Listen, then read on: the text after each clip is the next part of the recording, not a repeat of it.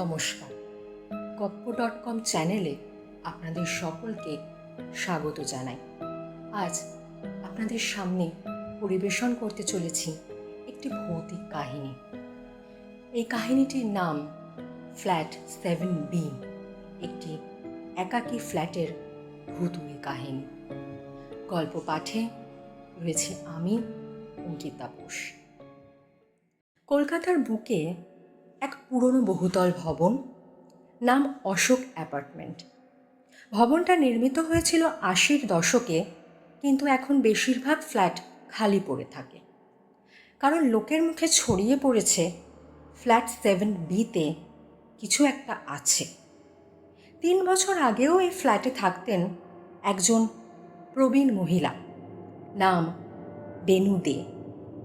স্বামী মারা গেছেন অনেক আগেই, সন্তানরা বিদেশে, একাই থাকতেন।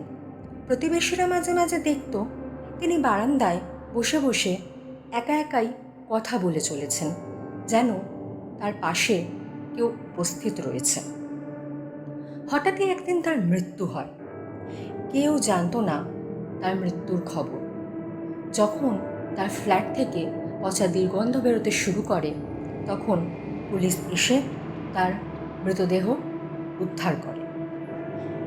এরপর সেই ফ্ল্যাট বিক্রির বহু প্রচেষ্টা করা হয়, কিন্তু কেউ কিনতে চায় না, কারণ সকলের মনের মধ্যেই একটা ভয়। তারা সবাই দেখেছেন যে ওই বৃদ্ধা একা একা কার সাথে কথা বলে যেতেন তার স্বামীর মৃত্যুর পরে। তারপরে সেই বৃদ্ধারও আকস্মিক মৃত্যু হয়, যেটা সকলের মনেই ভয় ধরিয়েছিল যে সত্যিই হয়তো ওই ফ্ল্যাটে কোনো অলৌকিক ভৌতিক কিছু ব্যাপার রয়েছে।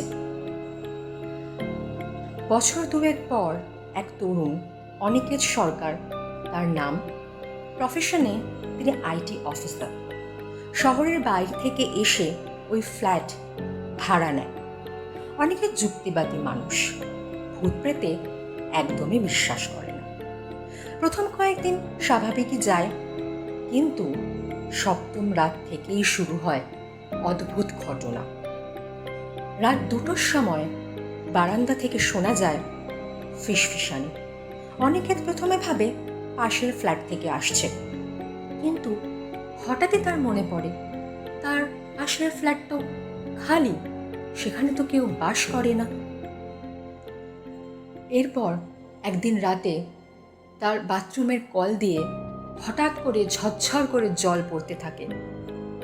ওই কল যেন মনে হয় কেউ ইচ্ছাকৃত ঘুরিয়ে দিয়েছে। বাথরুমের দরজার নিচ দিয়ে হঠাৎ করে ছায়া দেখা যায়, যেন ভিতরে কেউ রয়েছে।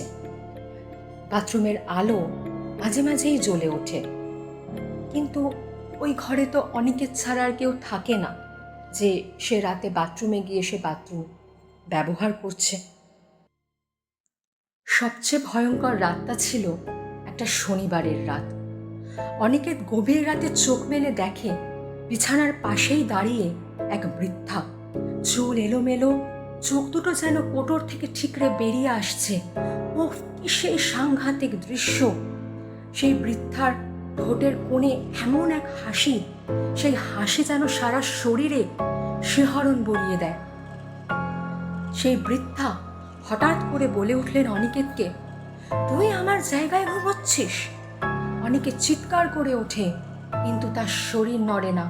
সে এক ছুটে বিছানা ছেড়ে ঘরের বাইরে বেরিয়ে চলে যেতে চায়, কিন্তু সেই ওই রেশ, ওই প্রকোপ থেকে কিছুতেই বেরোতে পারে না। অনিকেত সেখানেই জ্ঞান হারায়। পরের দিন ভোরে অনিকেত জ্ঞান ফিরে পায়। সে তার পরের দিন সকালেই সেই ভবন ছেড়ে চলে যায়। ফ্ল্যাট 7B আবার খালি। প্রতিদিন রাতে কেউ যেন বারান্দায় দাঁড়িয়ে থাকে আর ফিসফিস করে,